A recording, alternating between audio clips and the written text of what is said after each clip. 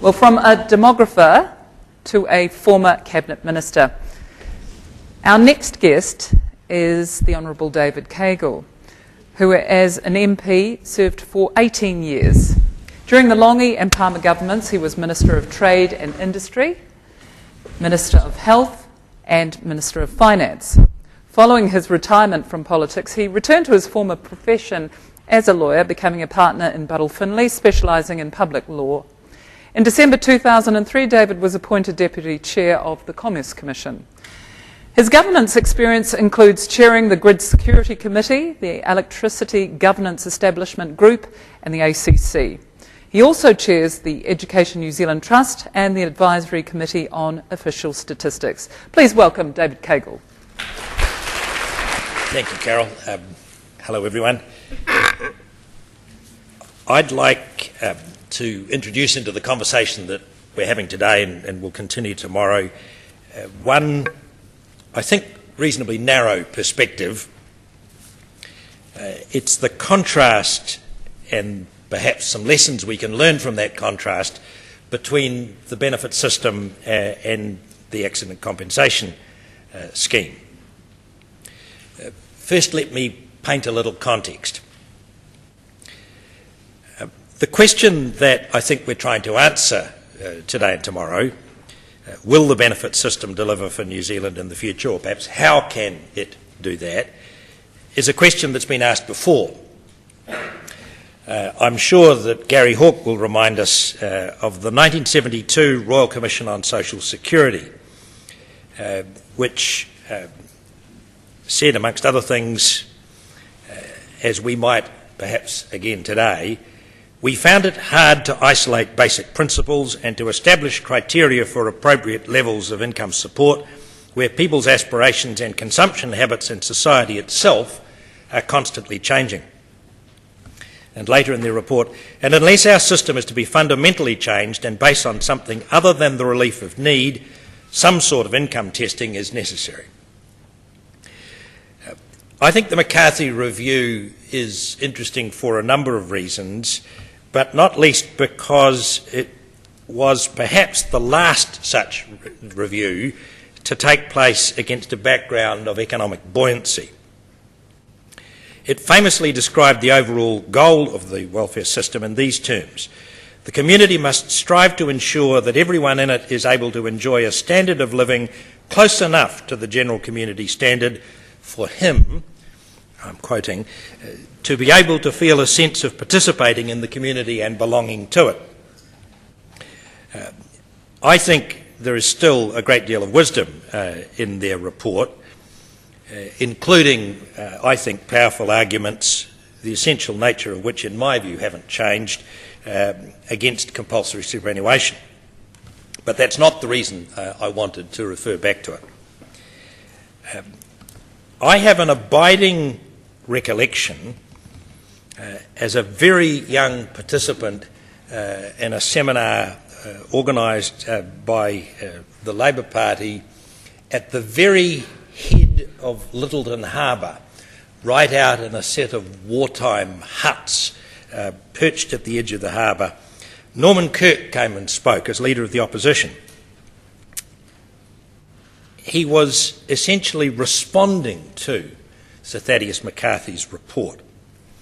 And in response to that report, and against a background of economic buoyancy, he advocated compulsory earnings-related superannuation. He did so, as I recall, it is a wee while ago, he did this essentially for what I think were political reasons.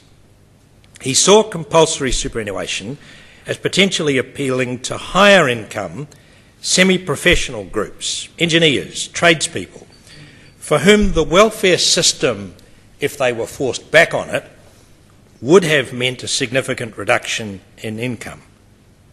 Essentially, he was saying, Sir Thaddeus McCarthy's review is too conservative. We can do better than this, and we should. And I think, although I have no direct recollection of this, he was also influenced by the fact that a form of earnings-related welfare had been introduced the same year with the accident compensation scheme? Well, what we know is that the advocacy and ultimate introduction of a form of compulsory superannuation kicked off at least 30 years of debate about superannuation. New Zealand Super led to dancing Cossack campaign ads and ultimately the National Super scheme. And because National Super wasn't accompanied by any tax adjustment, it arguably broke the bank and contributed to the fiscal distress of the 75-84 period, which led in turn to the superannuation surcharge and ultimately to the raise in the qualifying age of superannuation and to the establishment of the New Zealand Superannuation Fund. So now we have a partial fund for what is still essentially a welfare, that is to say tax-paid flat rate benefit. And we have the ACC scheme, which you might perhaps still think of as a form of earnings-related welfare, but I think importantly one can also see it as a form of insurance, not welfare at all. I don't incidentally think it has to be one or the other. I think it can be viewed as both. But it certainly can be viewed, in my view should be viewed, as a form of insurance. You don't get anything unless an unlikely random event occurs. On the other hand, it's an intriguing form of insurance if one does want to think of it as that. ACC contributions are compulsory. Entitlements are mandated by law in return for the prohibition of tort liability, as of course had already occurred with workers' compensation before it. And in the form in which we know it, it's a monopoly, although I don't particularly want to go into that issue today. Except to make this point. It's the view of a task force I've had the privilege of chairing that even if we wanted, as we well might perhaps, to retain the prohibition on tort liability and the compulsory nature of the scheme and mandated legislated entitlements, you could still address the monopoly issue.